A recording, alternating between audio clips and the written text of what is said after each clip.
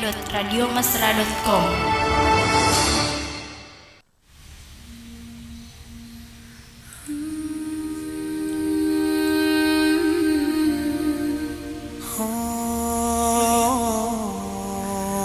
Baik di 102,8 FM.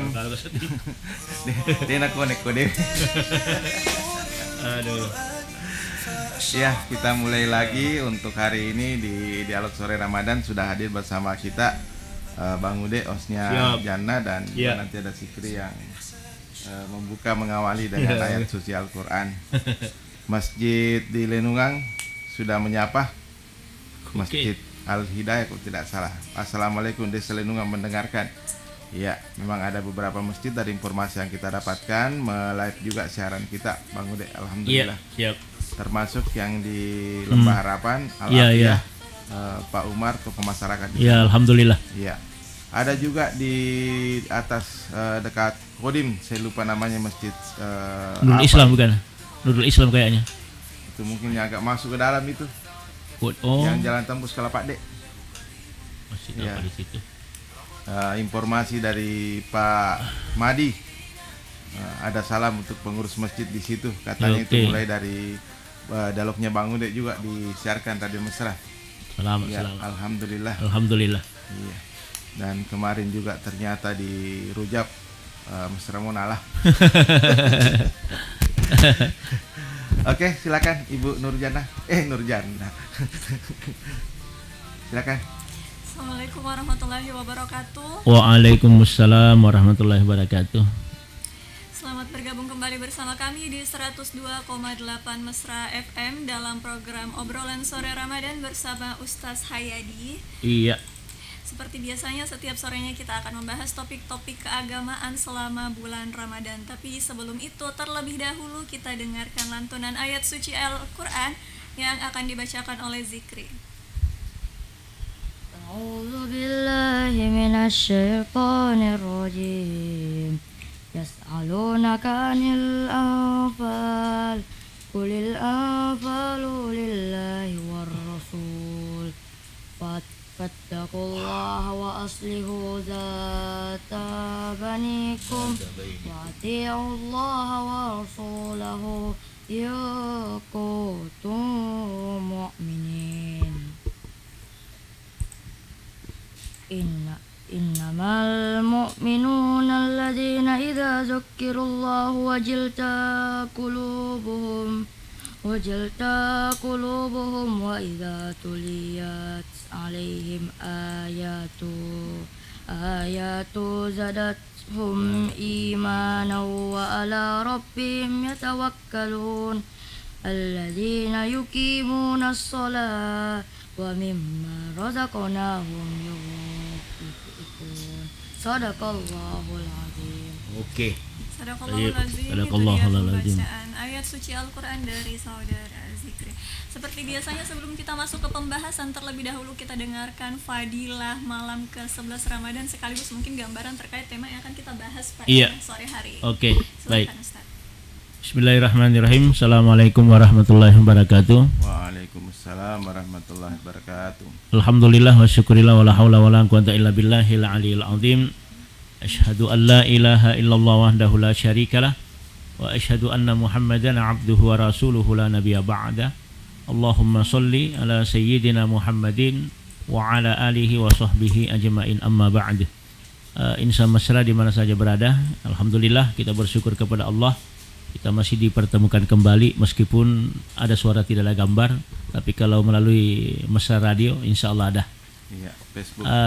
Di Facebook, di YouTube bisa kita ikuti bersama. Insya Mesra bahwa sebentar malam kesyukurannya karena kita sudah melalui fase pertama ya. Kalau menurut ya dalil atau hadis, meskipun ini hadisnya adalah lemah, dhaif, tapi bukan berarti kita mau menjadikan sebagai hujjah atau hukum, hanya motivasi dalam beribadah saja. Bahwa fase pertama itu 10 pertama Ramadan ya, kita sudah masuk nanti malam ke-11 Ramadan, dan insyaallah 10 puasa akan kita tuntaskan pada hari ini. Insya Mesra, siapa yang beribadah sebentar malam karena iman dan takwa kepada Allah, maka dia akan diberi pahala oleh Allah dia akan keluar dari dunia ini seperti bayi yang baru dilahirkan oleh ibu bapaknya. Nah, ini satu hal yang luar biasa sekali, karena tidak ada yang selalu kita harap di bulan Ramadan kecuali maghfirah atau ampunannya Allah Subhanahu wa taala. Itulah sebabnya insyaallah masyarakat kenapa kita selalu melapaskan tiap malam itu kalimat Allahumma innaka afuwun tuhibbul afwa fa'fu anna. Begitu juga pada saat kita menjelang buka puasa. Dan yang paling hebatnya lagi ketika kita selesai tarawih, selalu kita lapaskan ini. Kita kenapa? Selalu berharap, bermohon kepada Allah agar Allah mengampuni dosa-dosa kita. Maka beruntunglah orang-orang yang memasuki Ramadan sementara dosa-dosanya telah diampuni oleh Allah. Ini yang sangat besar, ya. Jadi seluruh aktivitas ibadah yang kita lakukan bermuara kepada bentuk pengampunan Allah dari segala dosa-dosa kita. Sehingga nantinya pada saat kita setelah Ramadan kita keluar menjadi pemenang, yakni menjadi orang-orang yang fitrih, yakni orang yang suci dalam pandangan Allah tanpa ada dosa yang melekat pada dirinya. Yang kedua insyaallah masalah bahwa judul untuk sebentar malam seluruh wilayah Parepare dan sekitarnya yakni akhlak dalam bersosialisasi, akhlak dalam kehidupan sosial, ya. Itu. Jadi ada adab yang kita bawa dalam berkehidupan sosial. Nabi Muhammad SAW ketika diutus ditanya, apa kata Rasulullah? Nabi hanya mengatakan innama bu'istu liutammimah maqarimal akhlak. Aku itu diutus hanya untuk memperbaiki akhlak manusia. Artinya Nabi di sini menjadi top leader, artinya pemimpin sekaligus dia menjadi panutan kepada seluruh umat manusia. Kenapa Nabi jadi panutan? Karena yang diikuti pada diri Nabi itu adalah bukan fisik. Yang diikuti pada diri Nabi itu adalah akhlak beliau, bagaimana kejujurannya, bagaimana cara menghormati orang, bagaimana menghargai orang, bagaimana memuliakan orang. Dan akhlak Nabi itu terbagi kepada satu, akhlak Rasulullah kepada Allah Subhanahu wa taala. Kita kenal dalam sejarah bahwa Nabi diampuni dosanya, dijamin masuk surga, tapi akhlak kepada Allah, ibadahnya tidak ada yang bisa mengalahkan ibadahnya Rasul sallallahu alaihi wasallam. Bahkan Nabi kalau sholat tengah malam itu sampai menjelang subuh baru selesai. Jadi Nabi sedikit tidurnya lebih banyak ibadah kepada Allah Subhanahu wa taala. Padahal dosanya diampuni dan dijamin masuk surganya Allah Subhanahu wa taala. Nah, kita tidak ada jaminan, tapi ya ibadahnya begitu-begitu juga. Kemudian yang kedua, ada akhlak Nabi kepada sesama makhluk atau manusia. Jadi akhlak Nabi kepada manusia itu menjadi toladan kepada kita karena beliau sangat pandai menyenangkan orang. Salah satu buktinya ketika Rasul sallallahu alaihi wasallam itu diberi jeruk kepada Nabi orang tua. Lalu orang tua ini memberi jeruk kepada Nabi dengan senang hati. Lalu Nabi makan dengan lahap. Karena dia makan dengan lahap, maka gembiralah orang tua yang memberi jeruk itu. Dia mengatakan alhamdulillah jeruk yang kuberikan kepada Nabi dihabiskan oleh Rasul sallallahu alaihi wasallam. Setelah berlalu, setelah orang tua meninggalkan itu Nabi, sahabat-sahabat yang lain berkata, "Ya Rasulullah, kenapa dihabiskan? Kami juga ini mau memakan jeruk ini." Apa kata Nabi? "Kalau aku berikan kepadamu, kali ini kalian tidak akan sanggup." Oh, kenapa bisa? Jeruk ini sangat kecut. Kalau engkau bisa memperlihatkan wajah yang kecut atau rasa kecut itu kepada orang tua memberi jeruk, tentu mereka tersinggung. Makanya saya sanggup menahan bagaimana rasa kecut itu.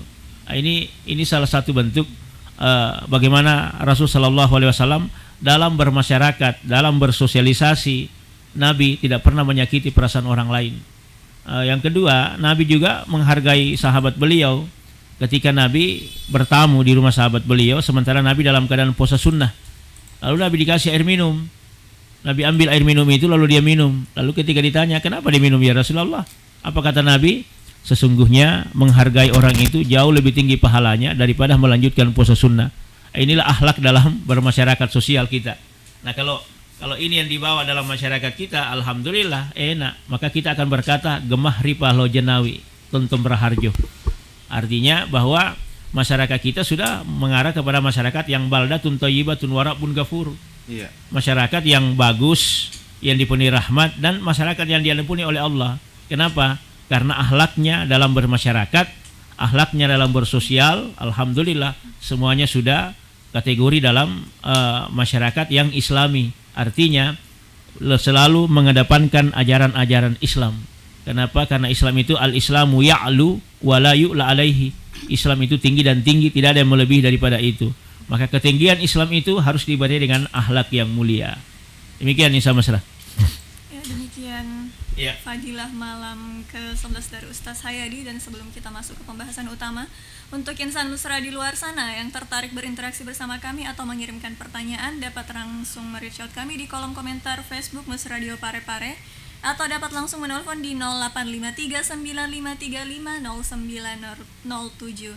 Ya. Langsung saja kita masuk ke pembahasan terkait akhlak dalam kehidupan sosial. Tapi Ustaz, sebelum saya masuk ke pertanyaan inti, apa ini? karena kebetulan tadi kita mention bahwa Nabi membatalkan puasa untuk kita. Puasa sunnah, bukan puasa wajib. Kamu bertanya. Makanya saya bilang, panas sejolo. Jadi yang dia dibatalkan itu Nabi puasanya, bukan puasa wajib, puasa sunnah. Kalau puasa wajib, pergi saja bertamu terus. Tidak. Batal. Walaupun itu misal, saya kan Oke. ada halangan, tapi nanti terganti. Iya. Batalkan puasa gantinya. Sebentar, Oke. telepon dulu. Halo, assalamualaikum. Waalaikumsalam. Bagaimana? Ya, kerujap lagi sekarang. Ada cara di Rujak buka puasa. Terima KPM, keluarga penerima manfaat. KPM ya? Ya. Yang menerima bantuan-bantuan. Ya. Nah, jadi saya bercerita mengenai alat ini. Iya. Bang Ude ya. Iya. Ini kan pejabat kita sudah diberikan jaminan, tapi akhlaknya masih melanggar. Iya. Maksudnya angkana tunjangan, kita RT di bawah bukan tunjangan, mudah-mudahan tidak dikasih tendangan. Jadi kita berbicara kemakmuran Indonesia, harusnya kita makmur. Iya. Lihat dari sisi bagaimana bumi kita ini menghasilkan segala-galanya. Iya, kita kaya ya. Kita kaya, ada emas, ada nikel, ada tambang ya, hutan banyak yang tambang bagus. kita.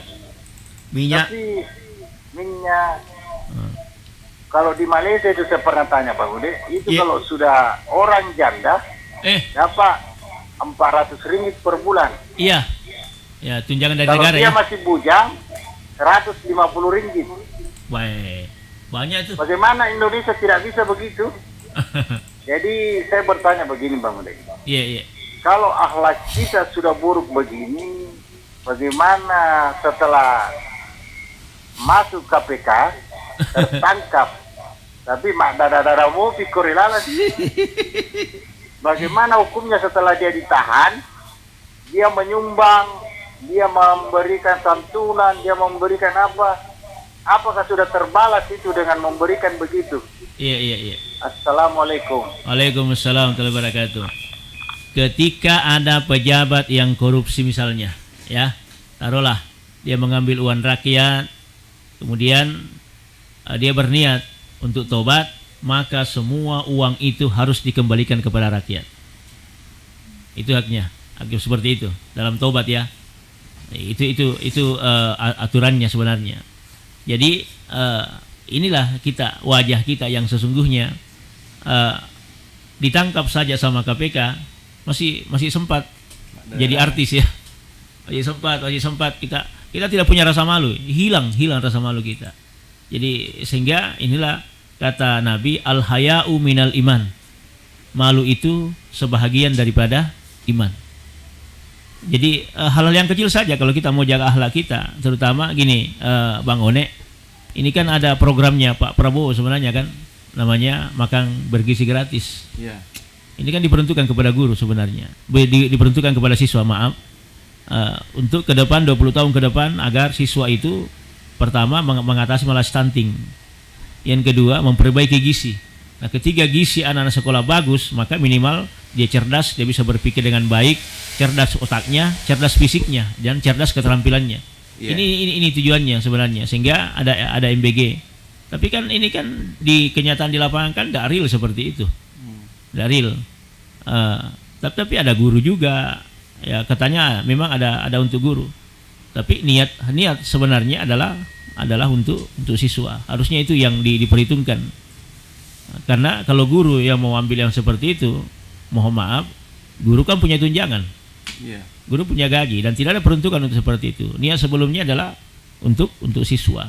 Sama dengan kita. Jadi pejabat, alhamdulillah, apa sih yang tidak baik untuk pejabat di Indonesia? Semua bisa dilayani. Dia punya mobil pribadi, bensinnya, bahan bakarnya sudah diatur semua, ada supirnya. Turun kalau hujan ada yang payungi dia, ada yang bukakan pintu. Mau tidur cukup pakai AC, selesai. Ada yang pijit-pijit dia mungkin, ada yang servis dia. Makan sudah disiapkan. Kalau rakyat mau tidur panas, mau kipas angin, tidak bisa, tidak ada kipas angin, cuma pakai kipas tangan saja. Nah, bagaimana mau tidur orang kalau pakai kipas tangan? Capek dengan tak begini, kepala tak lagi geleng-geleng. Mana bisa mau tidur? Nah, inilah makanya ini harus disyukuri. Artinya bersyukurlah kepada Allah Subhanahu wa taala atas nikmat ini, maka perbaikilah kinerja kita. Jadi balasan daripada tunjangan semua itu adalah memperbaiki kinerja kita dalam melayani masyarakat kita. Nah, kalau ini sudah bisa terpenuhi dengan baik, insya Allah, maka karakter bangsa ini akan kembali marwahnya seperti yang dulu disegani, dihormati, dan apalah bahwa bangsa ini bukan hanya istilahnya taat beragama, tetapi memang memperlihatkan akhlak yang mulia, bagaimana toleransinya, bagaimana mengedepankan kepentingan umum daripada kepentingan pribadi. Ini yang harus kita lihat, insya Allah. Ya, berarti Bang Ude mungkin seperti ini. Tersirat Bang One bilang sebenarnya kita ini negara yang kaya. Iya, betul. Satu negara itu semisal di Arab hanya punya minyak tapi mereka sukses. Ada juga negara yang hanya punya hutan tapi besar. Tapi di Indonesia ini semua ada. Lautan menghasilkan, daratan menghasilkan, pegunungan menghasilkan. Iya. Tapi kok rakyatnya lautnya bagus, tambahnya ada emas, ada minyak. Apa sih yang tidak ada di Indonesia? Iya. Apa yang kayu saja ditanam, satu saja jawabannya.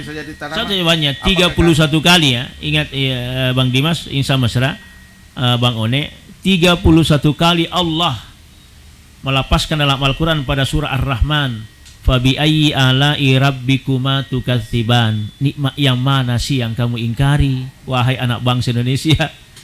Aku kasih kau luas, lautan yang luar biasa dengan ikan yang melimpah, tambang, ada nikel, ada emas, apalagi yang kurang?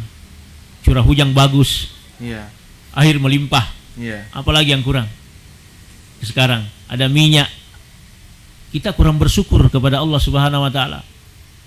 Yang kedua, terlalu banyak penyelewengan dana. Dan ini yang seperti tikus dalam lumbung sebenarnya. Ya. Sebelum Prabowo ada Pak Jokowi dengan program revolusi mental. Iya. Tapi kan tidak ada hasilnya. Tidak ada hasil. Kenapa? Makin jadi kan? Makin menjadi. Masih ya, kalau Presiden Pak Soeharto ya masih zamanku toh, kayak gitu. Ya. Zamanku toh. Orang masih segan-segan. Wina zamanku toh. Wina zamanku kan. Orang masih segan-segan. Sekarang tidak. Oke. Halo, assalamualaikum. Waalaikumsalam warahmatullahi wabarakatuh. Bunda Yani ya. Apa namanya? Ya. Yang masih kurang sama rakyat, Pak. Iya. Iya. Itu biaya penghidupan. Apa itu? Oh, biaya penghidupan ya, kurang. Biaya hidup kita ini yang miskin tidak ada. Tapi memang katanya kalau di Malaysia, orang yang miskin itu karena ada keluarga di sana, orang yang miskin itu diperhatikan oleh pemerintahnya. Tapi kenapa kita di Indonesia tidak diperhatikan orang yang miskin? Bantuan 1 kali 3 bulan 200.000 itu untuk orang miskin. Iya. Ekstrim mungkin ekstrim apakah ya peringkat 1 lah. Kenapa tidak dikasih per bulannya? 3 bulan itu biasa melenceng sampai ke 5 bulan baru keluar itu dananya. Nah, padahal Indonesia serba ada sama sekali tidak ada bilang ada yang tidak ada di Indonesia, ada semua. Tambangnya luas, lautannya luas, semua serba ada. Semua ada ya. Di Malaysia tidak begitu terlalu banyak penghasilannya, tetapi rakyatnya sukses. Apa masalah dan bagaimana pemerintah Indonesia tidak bisa menyamai sama Malaysia. Ini negara tetangga kita. Karena ya itu, jangankan ini Pak Ustaz, kalau saya bicara begini orang bilang mau sekali dikasih, tidak di. Kalau memang tidak ada, tidak di. Kalau ada yang saya terima, kalau saya dikasih saya terima. Karena cuma yang saya anukan, karena saya pikirkan ini, saya punya pikir sampai saya umur sekian, kenapa kesan Indonesia begini miskin sekali? Makasih. Bagaimana cara pemerintah bisa supaya Indonesia sukses? Makasih. Waalaikumsalam warahmatullahi wabarakatuh. Kaya dan miskin itu adalah ujian ya. Jadi kita tidak bisa dibandingkan dengan Malaysia. Sebenarnya kan gini, Malaysia itu dari tahun 70-an 60-an itu mengimpor guru dari Indonesia. Jadi kita mengajar itu Malaysia sebenarnya. Beda situasi, beda budaya, kemudian beda jumlah penduduk. Penduduk Indonesia itu banyak. Malaysia itu hanya impor beras, ya, kurang swasembada pangannya di sana. Malaysia itu hanya bergantung kepada kelapa sawitnya misalnya, Petronas. Kemudian kita banyak, tetapi real mereka terkadang lebih sejahtera daripada orang-orang kita yang di Indonesia ini, karena mereka pihak kerajaan itu real mereka memang memperhatikan. Sementara kita juga seperti itu sebenarnya, cuma ya ada beberapa yang tidak tersentuh, ya. Tapi pemerintah juga memperhatikan. Makanya itu kan dalam undang-undang itu fakir miskin anak yatim piatu adalah dipelihara oleh negara. Masalahnya negara sudah memelihara itu, dikasih bantuan, tapi pihak pengelola bagaimana? Orang miskin kadang-kadang diseminarkan, anak yatim kadang-kadang diseminarkan. Seminar bagaimana pengentasan fakir miskin anak yatim piatu diseminarkan. Makanya yang kenyang cuma yang di atas, sementara tidak sentuh kepada yang di bawah. Ini kita terlalu banyak konsep lalu kurang action. Kalau kita mau berbuat, ya silahkan action. Insya Allah bisa itu. Oke. Ya. Halo, assalamualaikum. Salam. Ya, Bang One. Jodoh di lagu nomor ramah. Iya, yang miskin kaya bagi kaya. Yang miskin selalu terpuruk ke bawah. Jadi begini Bang Une. Tidak bisa kita pakai pola orang Jepang yang harakiri. Harakiri Anda tidak masuk dalam syariat isi. Harakiri itu putus asa itu namanya. Kenapa kita dari sekian presiden memang teori banyak terlaksana, tapi mega mau potor window ya sih. Ya, belum bersih ya. Bisa kayak ini kan korupsi, narkoba dengan teroris adalah kejahatan luar biasa. Ini kan narkoba hukuman mati, teroris hukuman mati. Iya. Kenapa korupsi tidak bisa hukuman mati? Iya, maksudnya begini. Karena yang tulis undang-undang alena mau moki, alena mau jame, alena laksanakan. Jadi kenapa presiden tidak bilang saya sediakan peti mati untuk diri saya sendiri kalau saya korupsi? Jadi anak buahnya takut ke bawah. Kalau itu terlaksana, Indonesia akan bagus ke depan. Karena peti mati akan menunggu. Bang One, Waalaikumsalam. Insya Allah tahu nggak siapa negara yang paling terkorup di dunia sebelum Indonesia waktu itu? Kan Cina. Cina itu negara terkorup itu, Cina ya.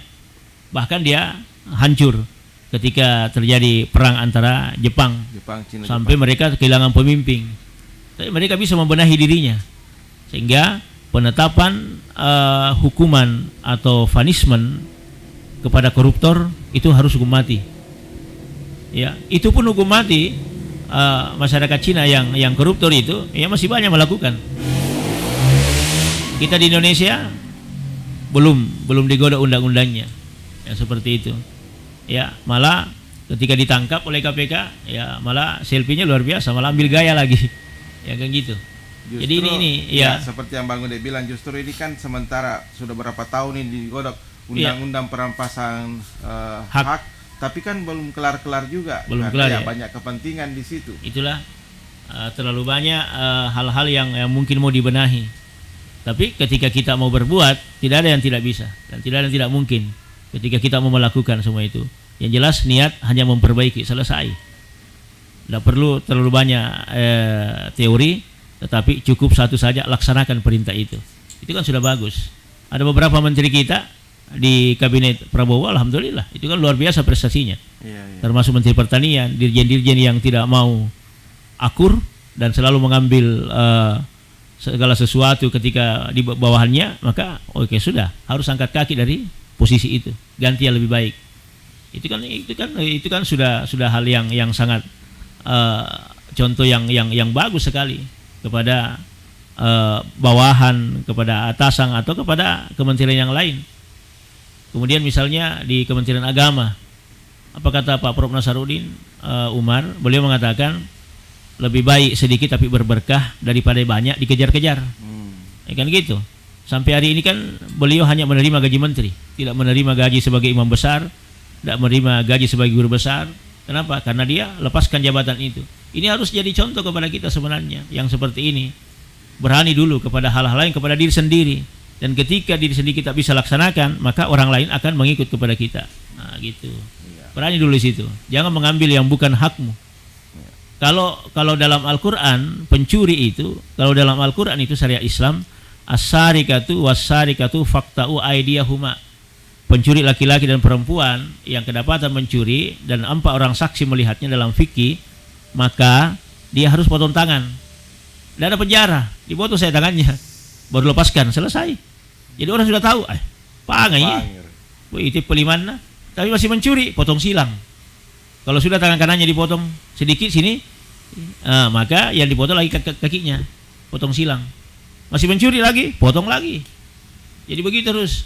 Jadi tidak banyak biaya Kementerian Sosial mengeluarkan dana untuk penjara. Iya. Kan gitu. Kita ini memelihara penjahat di dalam, lalu tidak pernah sadar-sadar.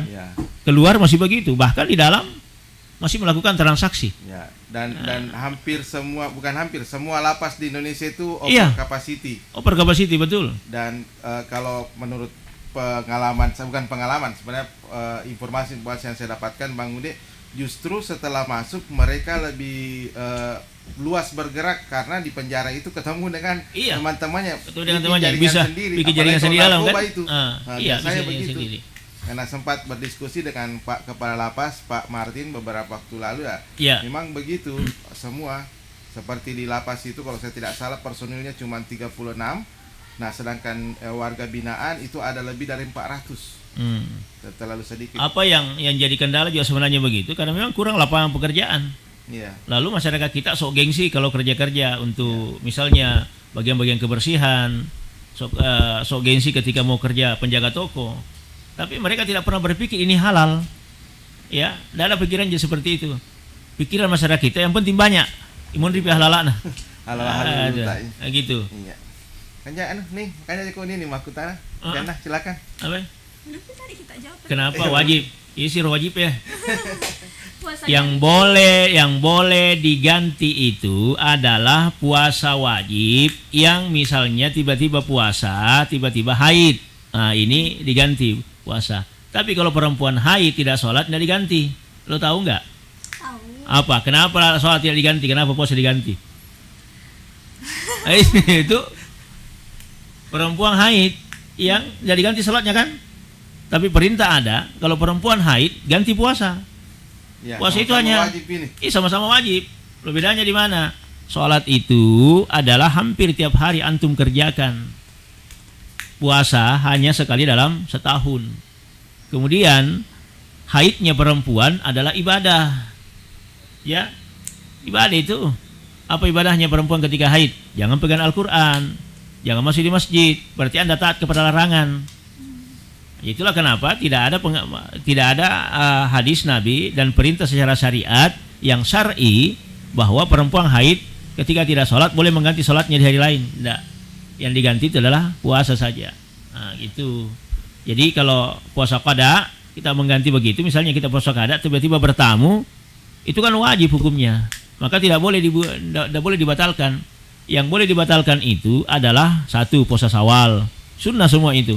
Semua puasa yang ukurannya adalah sunnah, maka boleh dibatalkan. Tapi boleh juga tidak, tergantung kepada individu masing-masing. Kalau membatalkan puasa itu karena menghargai orang, silahkan. Tapi kalau Anda mengatakan jangan batalkan, karena saya baru belajar, boleh. Oke, silakan. Halo, assalamualaikum. Salam. Kita tadi berbicara MBG ya. Iya, agak sih MBG. Ya, ini kan MBG sebenarnya program bagus. Iya. Hanya kadang dari atas ke bawah, ya, setengah tidak bagus di bawah. Iya. Akhir-akhir ini memang disorot banyak isu ya, disorot ya, banyak. Iya, karena begitu Bang Bude. Iya. Karena kita kan lihat banyak di AP di medsos itu ada yang memberikan sesuai harga, ada yang tidak sesuai harga. Itu kan seharusnya 10 ribuan sampai ke anak-anak sekolah. Iya. Nah itu kan kadang anak roti, telur, kere-kere kayak gitu dimasak buat nensok bunah. Yang jadi pertanyaan saya bukan begitu. Ini kan Pak Ustaz Sude bisa kita bilang bahwa Ustaz yang bisa kita pahami pemahamannya. Banyak Ustaz menyatakan boleh tidakkah ini kan bulan puasa. Iya. Kenapa ada MBG? Maksudnya ini kan anak-anak ibadah guru mah puasa. Iya. Tidak merusak ke akhlak ini anak-anak. Apalagi kalau anak-anak yang setengah-tengah nakal. Nanti ini lemondina sekolahnya Nandri. Lalu ini bolana nak jadi malupu. Ini kan merusak akhlak ke depan. Itu bagaimana ini supaya bisa diperbincangkan, bolehkah itu jangan dulu ada MBG untuk bulan puasa. Tapi apakah ini untuk bos-bos di atas itu gajinya tidak jalan? Iya. Assalamualaikum. Waalaikumsalam warahmatullahi wabarakatuh. Sebelum dijawab Bang Ude, kebetulan ada kader Gerindra juga yang mendengarkan kita. Beliau adalah Ketua Komisi 1. Iya. Bapak Dr. Haji Kamaluddin Kadir. Iya. Sedang menonton juga di di Facebook. Mudah-mudahan ada tanggapan juga dari beliau, nanti kita bacakan. Insya Allah, mudah-mudahan ya. Iya. Ini jadi Pak Dewan, ini ada persoalan masalah MBG sebenarnya. Programnya bagus, cuma ketika sampai ke bawah, ini di otak-atik lah untuk mungkin menyeratakan secara keseluruhan supaya bisa terpenuhi. Nah, persoalan MBG di bulan Ramadan, ini juga agak krusial sekali nih Bang Dimas. Karena ini kalau terjadi. Pribadi Bang Ude melihatnya seperti apa? Kalau saya gini, MBG ini kan sudah ada korbannya memang. Jadi anak-anak itu dikasih, kenapa langsung dia makan? Saya bilang aduh. Jadi ada laporan dari teman-teman guru. Saya kira tidak ada MBG bulan Ramadan karena ada katanya MBG. Hanya roti dengan telur dikasih, kemudian ada buah, makanan kering. Oke, makanan kering.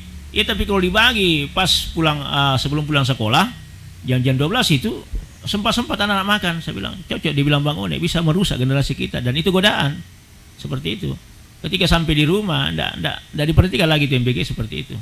Sebetulnya tes akhlak namuri maka ada jujur mau kada jujur. Itulah. Jadi ini bagian daripada godaan ya. Harusnya memang kalau pandangan saya tidak ada salahnya. Tidak apa-apa dihentikan sejak dulu. Atau bisa diuangkan. Itu kan lebih afdal itu Bang Dimas insya mesra. Kalau yang seperti itu meskipun hanya 10.000 tidak ada masalah. Yang penting berjumlah uang karena mereka lebih bermanfaat dan bisa lebih cepat untuk ditukar. Bisa jadi ada anak siswa yatim piatu, ada yang tidak bisa dia makan. Tapi dengan 10.000 itu dia bisa beli Indomie dengan telur, itu sudah mengenyangkan. Ketimbang harus dibagi seperti itu. Bisa saja dia tabung 5.000 dia makan, 5.000 dia tabung lagi. Kan itu jauh lebih efektif sebenarnya ketika kita mau uangkan seperti itu. Kalau tidak memberi dalam bentuk makanan. Dan itu harus ada pertimbangan yang mapan. Jadi dasarnya di sini bukan persoalan mau mencari keuntungan.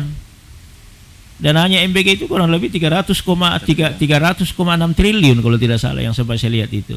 Itu memang banyak untuk seluruh wilayah Indonesia. Tapi kalau ada juga beberapa sekolah yang menolak ya karena perhitungan kantin mereka kan. Iya, betul. SMA yang favorit yang banyak kantinnya itu mereka sewa, kasihan kalau ada MBG. Bagaimana mereka menjual? Itu harus harus jadi masukan ini kepada Pak Presiden misalnya. Jadi tidak semua MBG itu bisa dipenuhi target untuk pemenuhan gizi, sebab ada sekolah-sekolah yang memang kantinnya sudah bagus dan mereka sewa kantin itu di sekolah. Nah, ketika MBG masuk, mereka cegah jangan. Sebab ketika mereka masuk MBG, kantin kami tidak laku. Bagaimana kita bayar kontraknya? Misalnya gitu. Ada juga penolakan dari beberapa orang tua yang melihat standar makanan itu akhirnya tidak sesuai. Mungkin karena punya penghasilan yang berlebihan. Saya juga lihat ini Bang Dimas, karena ada beberapa yang memang basi.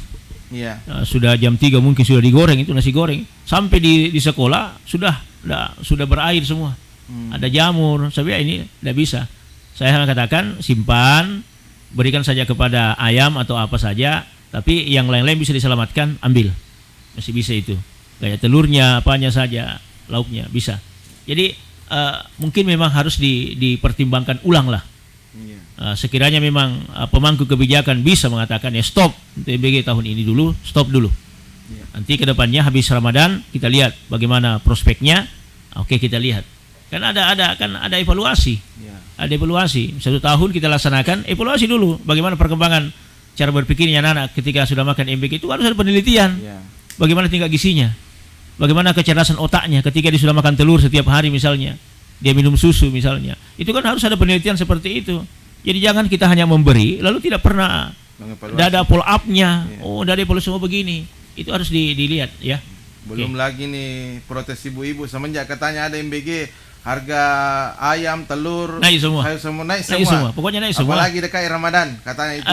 Persoalannya begini, kita di Indonesia itu sama begitu. Apa saja yang laris manis pasti berimbas kepada ekonomi kita. Ya. Oke. Halo, Assalamualaikum. Waalaikumsalam.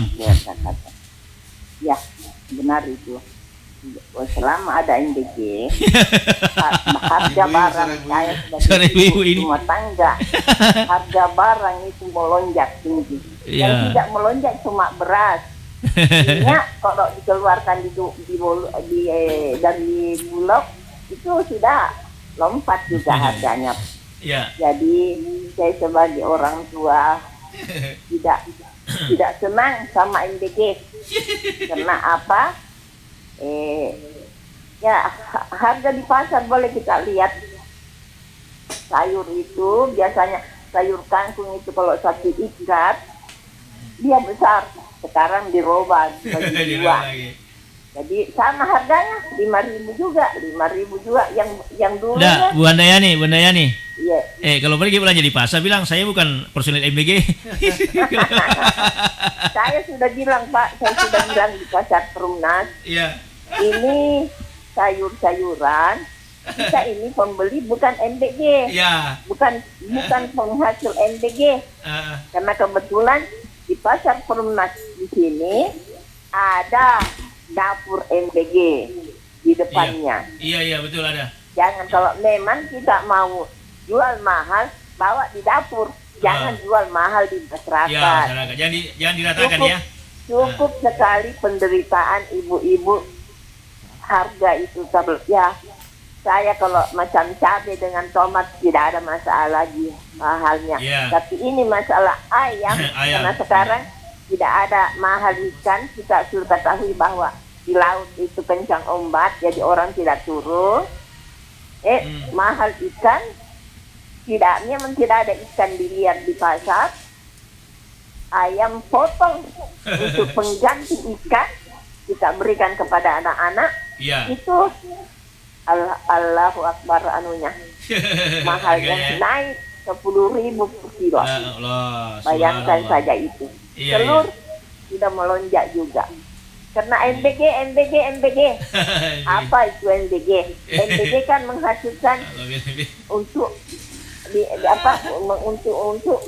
mencerdaskan anak-anak. Tetapi untuk menghasilkan orang tua. Ya, mungkin dimengerti Bu, dipersingkat saja karena durasi kita juga ada. Assalamualaikum warahmatullahi wabarakatuh. Waalaikumsalam warahmatullahi wabarakatuh. Jadi ada plus minusnya ya seperti ini. Masyarakat daya belinya mungkin berkurang, Tetapi pedagang ya alhamdulillah meraih keuntungan yang besar. Jadi memang begitu, ada plus minus. Tinggal kita bagaimana melihat ini sebagai satu, di sisi lain ada keberkahan, di sisi lain mungkin sedikit ada kekecewaan dari masyarakat, tapi seiring berjalan insya Allah akan normal kembali nanti itu. Saya memang pernah ada pertemuan Bang Ude, pertemuan santai dengan Pak Wali dan beberapa teman-teman jurnalis. Pak Wali bilang salah satu usaha yang menjanjikan sekarang itu adalah usaha-usaha yang berkaitan dengan MBG. Iya betul. Karena dananya pasti anggaran negara dan itu sangat menjanjikan. Jadi kalau saya usaha yang ada kaitannya dengan itu. Iya. Kayak telur, ayam potong, semua itu, beras, semua itu kena semua di situ. MBG. Buah-buahannya juga. Termasuk yang dilakukan saudara kita Agung Sabir, anaknya almarhum, sekarang itu menjadi salah satu pemasok. Ada 3 dapur kayaknya yang dipasok sekarang. Oh, alhamdulillah. Iya, mudah-mudahan berkah ya, insya Allah. Silakan Jannah. Apalagi Jannah, pertanyaanmu? Kenapa diam terus? Karena dari tadi bicara, tak boleh dipotong. Bukan masalah dipotong. Ada menyela dalam artian ini nimbrung yang punya kualitas, misalnya gitu. Saya tidak tahu masuk atau tidak. Iya, nanya aja. Yang penting rame aja dulu. Yang penting masyarakat radio ini. Ya, baru menit apa Bang Ude. Oke, langsung ke. Atau ngantuk? Enggak. Kalau misalkan ada orang yang hubungan ke Allahnya bagus, ibadahnya bagus, pokoknya kepada manusia bagus. Kepada manusia tidak. Tapi kepada manusia tidak. Itu mental, dia menghakimi, isinya soal conversationnya soal penghakiman. Gimana itu? Dia kan gini, hubungan itu kan harus dijaga 2 kan sebenarnya. Ada mengatakan 3, hablum minallah, hablum minan nas, dengan hubbul watani minal iman. Hablum minallah, ada memang orang yang sholatnya bagus, tapi hubungannya kepada manusia tidak bagus. Maka kalau ada orang seperti ini, maka sholatnya tidak diterima oleh Allah. Sia-sialah perbuatan itu. Tapi ada juga orang bagus sekali, tapi tidak sholat lagi, maka juga pun tidak diterima kebaikan itu. Jadi kebaikan itu nanti dianggap sempurna kalau kepada Allah bagus dan kepada manusia bagus. Jadi kalau kan banyak yang seperti itu Jannah, bahwa ada kadang-kadang orang kan yang seperti itu. Oh bagus sekali, karena selalu menganggap dirinya yang paling soleh, sehingga menganggap orang lain tidak baik. Dialah yang paling hebat. Makanya itu tidak boleh kita pakai yang seperti itu. Nah, oleh karena itu bahwa apapun yang kita lakukan sebenarnya harus kita seimbangkan 2 ini. Yang pertama hablum minallah, yang kedua hablum minan nas. Tapi kan biasa orang itu kayak jaga jarak karena perbedaan. Ada beberapa misal kelompok atau aliran atau apapun lah itu ada bilang sesamanya dia nanu. Berarti kita zalim kepada orang makhluk lain. Itu bukan ajaran Nabi loh. Nabi itu tidak pernah membeda-bedakan siapa di antara mereka. Bahkan Nabi tidak pernah jijik dengan orang yang penyakit kusta sekalipun. Nabi tidak pernah jijik dengan orang tua yang meskipun dalam pandangan kita sangat menjijikkan. Nabi tidak. Kenapa? Karena itu ajaran Rasulullah. Dia di mata Allah boleh jadi kau anggap dia hina, tapi dia mulia di mata Allah Subhanahu wa taala. Karena kemuliaan itu bukan dilihat dari status sosial, bukan dilihat dari harta bendahnya, pangkatnya, jabatannya, tidak. Bukan dilihat dari banyak viewernya, enggak. Boleh jadi kemuliaan itu kan inna akramakum indallahi atqakum. Itu karena takwanya kepada Allah Subhanahu wa taala. Ada satu kisah gini. Ada anak yang hebat sekali, namanya Uwais Al-Qarni. Uwais Al-Qarni itu manusia langit. Viral di langit tapi tidak viral di mata manusia. Dia punya seorang ibu, dia hanya mengatakan ibunya dia penjual daging dan tidak akan makan sebelum ibunya sudah makan.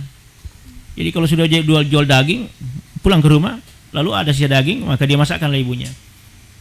Sesudah ibunya makan, maka disuapi karena ibunya ini buta. Tapi ketika itu ibunya dalam keadaan lumpuh ini, lalu ingin sekali, Muhammad tidak buta ya, lumpuh ya kalau tidak salah. Jadi ibunya selalu berdoa kepada Allah Subhanahu wa taala untuk diberkahi anaknya, diberikan rahmat. Kemudian ibunya niatnya mau ketemu dengan Nabi. Ini di negeri Sam ini kejadian. Dia mau ketemu dengan Rasul sallallahu alaihi wasallam. Dia juga mau lakukan haji.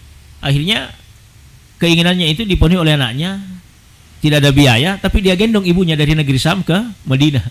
Ya bayangkan itu kalau digendong ibu, jalan kaki. Berapa jauhnya itu? Saya jadi membayangkan janda gendong ibunya. Iya. Kalau gue gendong ibu luar biasa. Kita gendong ke WC saja menoko-noko lagi. Dia gendong ibunya. Coba jaraknya berapa hari, berapa malam itu dia lakukan perjalanan. Sampai di Madinah tidak ketemu dengan Nabi karena Nabi ada di Uhud. Tapi Nabi tahu pulang Nabi dari perang Uhud. Apa kata Rasulullah? Aisyah, ada nggak yang cari saya tadi? Kata Aisyah, ada. Anak muda itu. Dia bawa ibunya mau ketemu dengan kita. Lalu ketika bertemu dengan Abu Bakar dengan Sayyidina Ali, Umar dengan Sayyidina Ali, apa kata Rasulullah? Umar, Ali, kalau kau ketemu dengan anak muda ini yang bernama ini, tolong mintalah untuk didoakan beliau. Karena doanya itu tidak ada penghalang, diterima oleh Allah Subhanahu wa taala. Ketika ada rombongan dari negeri Syam berdagang, maka dia tanya, ada enggak ya anak muda yang bernama ini? Dia bilang, ada, sana lagi sholat. Ketika didekati, apakah antum yang bernama Uwais Al-Qarni? Dia mengatakan, tidak, saya ada Abdullah. Lalu kata Ali dengan Umar, saya juga Abdullah. Maksudnya kami juga hamba Allah. Lalu apa kata beliau? Ada apa gerangan engkau datang mencari saya? Saya diperintah oleh Rasulullah untuk bertemu dengan engkau, untuk minta saya didoakan oleh engkau.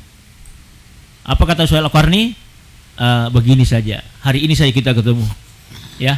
Dan saya doakan dan tolong jaga rahasia ini, jangan sampaikan kepada orang banyak bahwa saya ada yang bernama Uwais Al-Qarni.